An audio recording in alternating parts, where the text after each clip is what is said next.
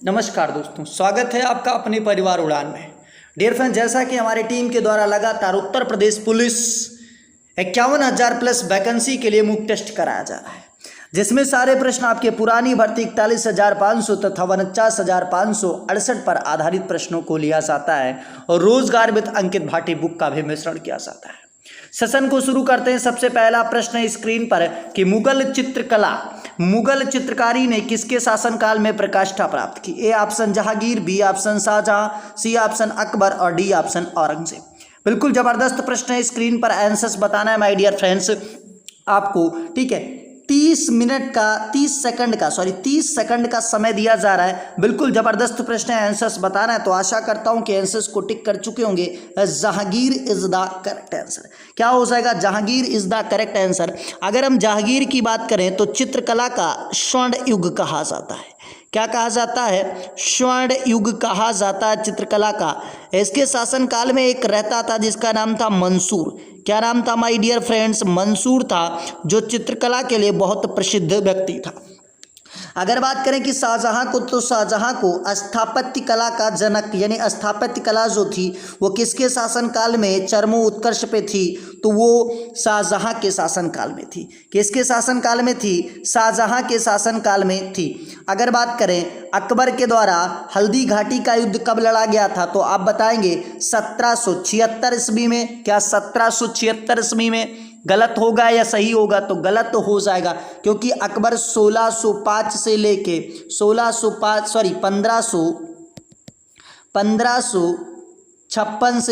1556 से लेके 1605, तो 1576 हो जाएगा। अगले प्रश्न की तरफ बढ़ते हैं। जिम्बाब्वे का पुराना नाम क्या है? जिम्बाब्वे का पुराना नाम क्या है? जबरदस्त प्रश्न है माय डियर। क्या बताना? जिम्बाब्वे का पुराना नाम क्या है? बिल्कुल जबरदस्त प्रश्न है। इसका आंसर्स बताना है कि जिम्बाब्वे का पुराना नाम क्या होगा। चलिए, ऑप्शंस आपका दिया गया है दक्षिणी रोडेशिया, ठीक है। ऑप्शंस क्या दिया गया? दक्षिणी रोडेशिया, बी ऑप्शन दिया गया गोल्ड कोस्ट, सी ऑप्शन दिया गया आइवरी कोस्ट और डी ऑप्शन दिया गया ठीक है, दक्षिण पश्चिम अफ्रीका। बिल्कुल जबरदस्त प्रश्न है माय डियर, बताना है जिम्बाब्वे का पुराना नाम क्या है। चलिए, तो आशा करता हूं कि आंसर्स को टिक कर चुके होंगे। इसका भी A option is the correct answer, यानी दक्षिणी रोडेशिया के नाम से जिम्बाब्वे को जाना जाता है। अच्छा, अभी जिम्बाब्वे की राजधानी क्या हो जाएगी? तो हरारे हो जाएगी। जिम्बाब्वे की राजधानी हरारे हो जाएगी। अगले प्रश्न की तरफ बढ़ते हैं। स्क्रीन पर अगला प्रश्न है। चलिए, अगला प्रश्न स्क्रीन पर जबरदस्त है कि टिटनस बीमारी निम्नलिखित में से कारण होती है, यानी किसके कारण टिटनस बीमारी होती है? ए ऑप्शन फंगस के कारण, बी ऑप्शन दिया गया जीवाणु के कारण, सी ऑप्शन दिया गया विषाणु के कारण और डी ऑप्शन दिया गया है इनमें से कोई नहीं। ठीक है, तो जिससे भी ये होता है उससे कौन कौन सी बीमारी होती है मैं थोड़ा सा लिख दे रहा हूँ। एक प्लेग नामक बीमारी होती है। कौन सी होती है? प्लेग होती है। एक होता है खांसी। क्या होता है? खांसी, यानी खांसी भी सेम इसी से होती है जिससे आपका टिटनस होता है, खांसी। एक होता है डिप्थीरिया या डिप्थीरिया। प्लेग, डिप्थीरिया, टिटनस और खांसी है, ठीक है। और हैजा, ये सारे रोग इसी से होते हैं। अब जिससे ये होता है, ये सारे रोग होते हैं। फंगस से होते हैं, बताना है आपको। क्या फंगस से होता है, जीवाणु से होता है, विषाणु से होता है या इनमें से कोई नहीं? गा के याद कीजिए कि प्लेग, डिप्थीरिया, तितनस और खांसी है। बिल्कुल जबरदस्त प्रश्न है, बताइएगा कि ये रोग किससे होता है। जबरदस्त प्रश्न है माय डियर। चलिए, आशा करता हूं कि आंसर्स को टिक कर चुके होंगे। चलिए दोस्त, तो आशा करता हूं कि आंसर्स को आप टिक कर चुके होंगे। तो ये किसके कारण होता है माय डियर फ्रेंड्स? ये जीवाणु के कारण होता है। किसके कारण होता है? जीवाणु के कारण टिटनस होता है। अगर हम बात करें इसके लिए कौन सा टीका लगाया जाता है, तो इसके लिए एक टीका होता है जिसको हम कहते हैं DPT। क्या कहते हैं? टीके का जो नाम होता है उसको कहते हैं DPT। तो ऑलरेडी मैं बता चुका हूं कि इससे प्लेग होता है, टम्पेदिक होता है, काली खांसी होता है, कुष्ठ रोग होता है। ये सारे जो रोग होते हैं जीवाणु के कारण होते हैं। और जीवाणु की खोज किसने की थी? तो एंटोनी वन लीवनहॉक ने किया था। किसने किया? एंटोनी वन लीवनहॉक ने किया था। अगले प्रश्न की तरफ बढ़े। स्क्रीन पर अगला प्रश्न जबरदस्त आ चुका है। अगला प्रश्न है कि विश्व पशु दिवस कब मनाया जाता है। जबरदस्त प्रश्न है माय डियर, विश्व पशु दिवस कब मनाया जाता है स्क्रीन पर बताइएगा। चलिए जबरदस्त प्रश्न है, विश्व पशु दिवस कब मनाया जाता है।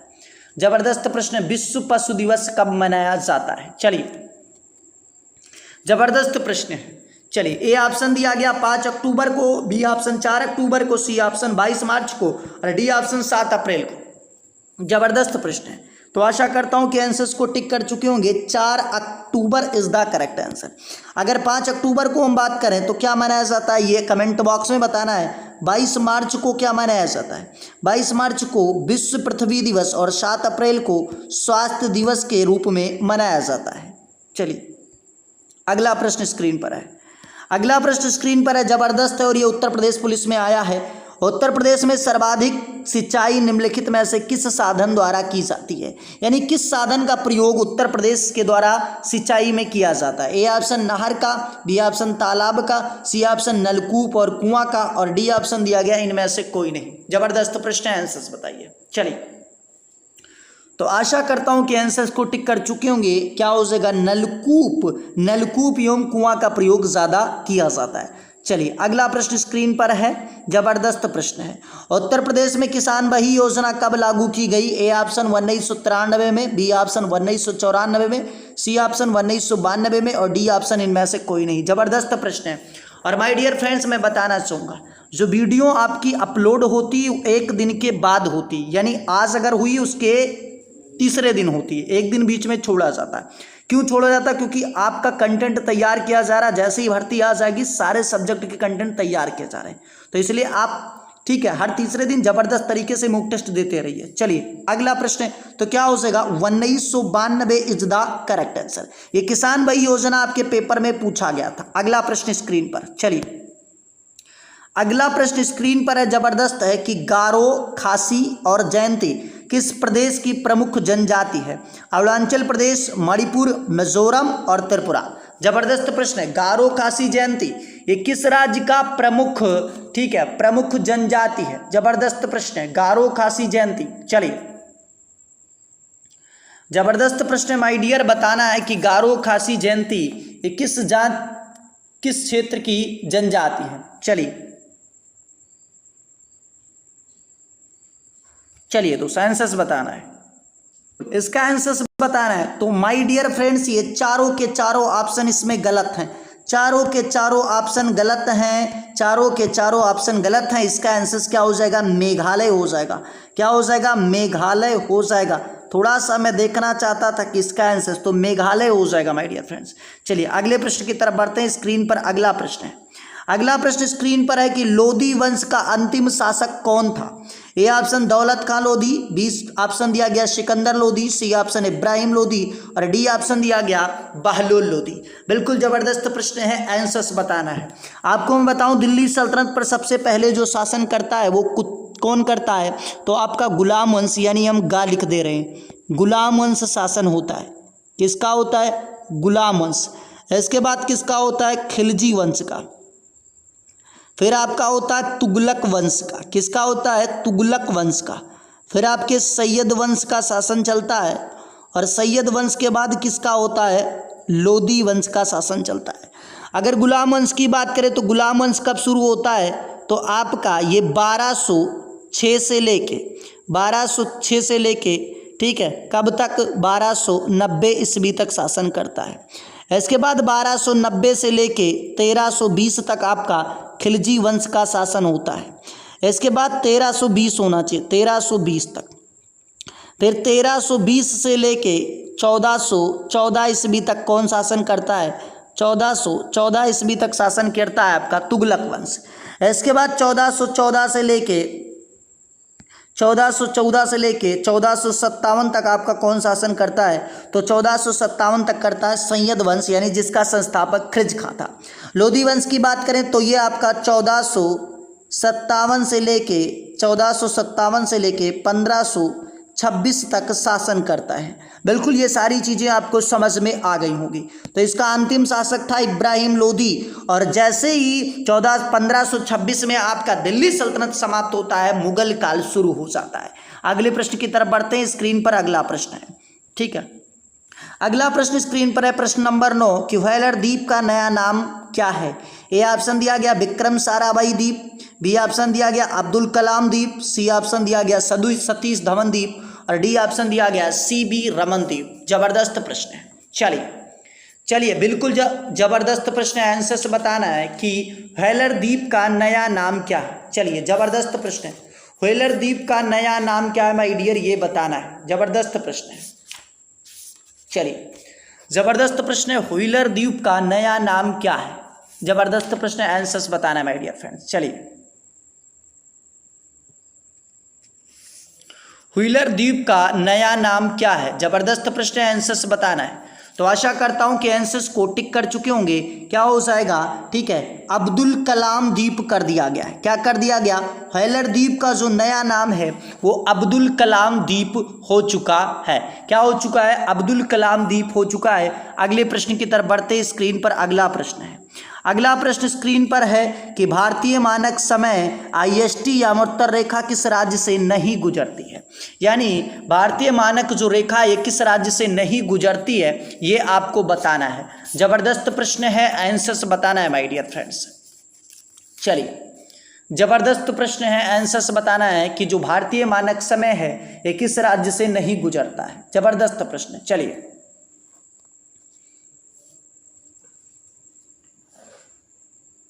ठीक है, तो सबसे पहले अगर हम भारतीय मानक समय के बारे में बात करें तो जो भारत का मानक समय है वो 82.5 डिग्री, यानी समझ लेना है आपको बहुत अच्छे तरीके से, कितने से गुजरता है, 82.5 डिग्री, यानी 82 सही 1/2 आप लिख सकते हो। 82.5 डिग्री यानी 82.5 अंश से होकर गुजरता है आपका भारत का मानक समय, जो कि मिर्ज़ापुर, उत्तर प्रदेश के मिर्ज़ापुर से गुजरता है।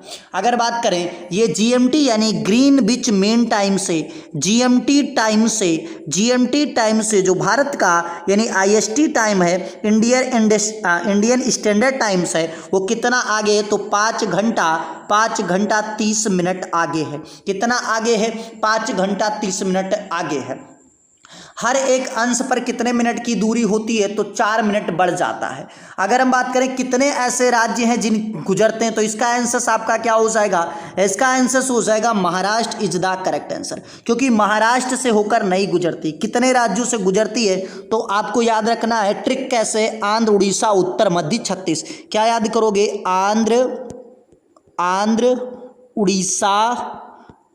उड़ीसा, उत्तर से हो जाएगा उत्तर प्रदेश, उत्तर, मध्य, छत्तीस, ऐसे याद करना, मध्य, छत्तीस, ठीक है, 36, बस आपका क्लियर हो जाएगा। तो आंध्र प्रदेश, उड़ीसा, उत्तर प्रदेश, मध्य प्रदेश और छत्तीसगढ़, आंध्र, उड़ीसा, उत्तर, मध्य, छत्तीस। अगले प्रश्न की तरफ बढ़ते हैं, स्क्रीन पर अगला प्रश्न है। अगला प्रश्न जबरदस्त है कि भारतीय संविधान में पहली बार संशोधन कब किया गया। 1953 में, 1955 में, 1951 में, 1950 में। थोड़ा सा स्पीड को करते हैं फास्ट। तो क्या हो जाएगा my dear, 1951 is the correct answer. इस संविधान संशोधन के अच्छा, संविधान संशोधन की जो प्रक्रिया है कहाँ से ली गई है, तो दक्षिण अफ्रीका से ली गई है।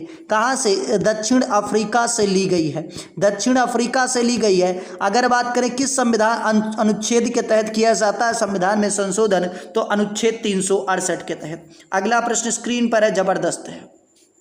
अगला 13 नंबर प्रश्न है कि बाल गंगाधर तिलक ने मांडले जेल में 6 वर्ष बिताए, वह स्थित है ब्रिटेन में, म्यांमार में, अमेरिका में या जापान में। जबरदस्त प्रश्न है। इतिहास का अगर विशेष ज्ञान होगा तभी इस प्रश्न के आंसर्स कर पाएंगे। बिल्कुल, बाल गंगाधर तिलक की बात करें तो इन्होंने एक जेल था जिसका नाम था मांडले जेल में 6 वर्ष की कड़ी कारावास इन्होंने बिताई थी। और ये कहाँ पर स्थित है, तो पड़ोसी मुल्क म्यांमार के अंदर स्थित है। कहाँ पर है, म्यांमार के अंदर। अगर हम म्यांमार की राजधानी की बात करें तो नाइपी ताओ हो जाएगा। क्या हो जाएगा, नाइपी ताओ हो जाएगा। अगर यहाँ की मुद्रा की बात करें तो यहाँ की जो मुद्रा हो जाती है वो क्यात है। क्या है, ख्यात है।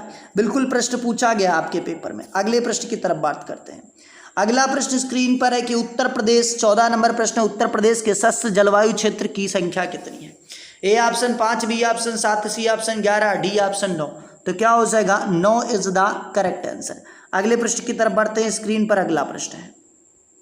जबरदस्त प्रश्न है स्क्रीन पर कि रेल बजट को आम बजट में किस समिति की सिफारिश पर विलय किया गया था। जबरदस्त प्रश्न है कि रेल बजट को आम बजट में किस समिति की सिफारिश पर, ठीक है, किया गया था। बिल्कुल जबरदस्त प्रश्न है, रेल बजट को आम बजट में कब मिलाया गया। चलिए 15 नंबर प्रश्न है, बिल्कुल जबरदस्त प्रश्न है, स्क्रीन पर जबरदस्त प्रश्न आ चुका। रेल बजट को आम बजट में कब मिलाया गया, जबरदस्त प्रश्न। चलिए रेल बजट को आम बजट में कब मिलाया गया। चलिए दोस्त, सॉरी, कहा गया कि किस समिति की सिफारिश पर मिलाया गया, समिति का नाम बताना है। जबरदस्त प्रश्न है, किस समिति की सिफारिश पर मिलाया गया था ये पूछा गया है। रेल बजट को आम बजट में किस समिति की सिफारिश पर मिलाया गया, जबरदस्त प्रश्न है दोस्त। चलिए तो दिया क्या गया, के कस्तूरी रंगन समिति, विजय केलकर समिति, एकवर्त आयोग, या डी ऑप्शन दिया गया विवेक देवराय आयोग। जबरदस्त प्रश्न है, ठीक है। तो ये कब किया गया था, ये 2017 में किया गया। 2017 से पहले क्या था, जो रेल बजट था वो अलग पेश होता था और आम बजट अलग पेश होता था, लेकिन 2017 में रेल बजट को आम बजट के साथ कर दिया गया, विलय कर दिया गया।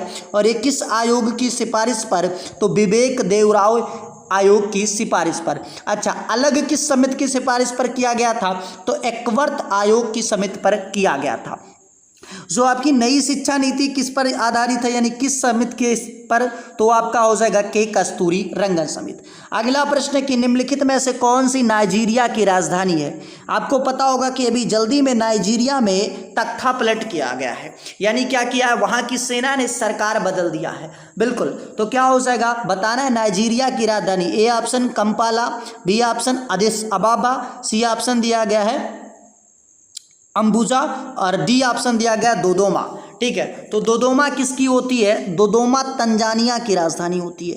तंजानिया, अगर तंजानिया की हम बात करें तो तंजानिया की राजधानी क्या हो जाएगी, दोदोमा हो जाएगी। अच्छा, अदिस अबाबा कहाँ की होती है राजधानी बताना है, इसका आंसर आपका हो जाएगा Ambuja is the correct answer. अगर हम बात करें कंपाला की, तो ये आपकी युगांडा की राजधानी हो जाएगी। युगांडा की राजधानी हो जाएगी कंपाला। आपको अदिस अबाबा कहाँ की राजधानी है कमेंट बॉक्स में बताना है। अगला प्रश्न स्क्रीन पर है, जबरदस्त प्रश्न है। एशियन डेवलपमेंट बैंक का मुख्यालय कहाँ पर अवस्थित है, यानी एडीबी का मुख्यालय कहाँ पर अवस्थित है, आपसे प्रश्न पूछा गया है। एडीबी का मुख्यालय कहाँ पर स्थित है, एशियन डेवलपमेंट बैंक का मुख्यालय कहाँ पर स्थित है। ए ऑप्शन दिया गया जकार्ता के अंदर, B option Kathmandu, C option Dhaka, और डी ऑप्शन मनीला। बिल्कुल जबरदस्त प्रश्न है, आंसर्स बताना है। चलिए, तो आशा करता हूं आंसर्स को टिक कर चुके होंगे। इसका आंसर हो जाएगा Manila is the correct answer. जो ये मनीला है ये फिलीपींस की राजधानी है। किसकी राजधानी है, फिलीपींस की राजधानी है। फिलीपींस की राजधानी है मनीला, और यहीं पर आपका एशियन डेवलपमेंट बैंक का मुख्यालय अवस्थित है। अगर ढाका के अंदर बात करें तो बिमस्टेक का मुख्यालय है, बिमस्टेक का मुख्यालय है, बिमस्टेक का मुख्यालय है। अगर हम काठमांडू के अंदर बात करें तो सार्क का मुख्यालय है, सार्क का मुख्यालय है जो कि काठमांडू नेपाल के अंदर। और अगर जकार्ता की बात करें तो ये इंडोनेशिया के अंदर है। ठीक है, और ये किसका मुख्यालय है, आसियान का मुख्यालय है। आसियान का मुख्यालय कहाँ पर स्थित है, जकार्ता के अंदर। सार्क का मुख्यालय काठमांडू के अंदर, और बिमस्टेक का मुख्यालय ढाका के अंदर। चलिए अगले प्रश्न की तरफ बढ़ते हैं। अगला प्रश्न स्क्रीन पर है कि इनमें से कौन सा तैरता हुआ राष्ट्रीय उद्यान है। ए ऑप्शन मानस राष्ट्रीय उद्यान, बी ऑप्शन दाचीगम राष्ट्रीय उद्यान, सी ऑप्शन केबुल लामजाओ राष्ट्रीय उद्यान, और डी ऑप्शन दिया गया हेमिस राष्ट्रीय उद्यान। सबसे पहले इसके बारे में हम लिख देते हैं किस राज्य में कौन सा स्थित है। बिल्कुल, आप आंसर अपना कीजिए, तब तक मैं ये लिख दे रहा हूं। जबरदस्त प्रश्न इस स्क्रीन पर है। चलिए,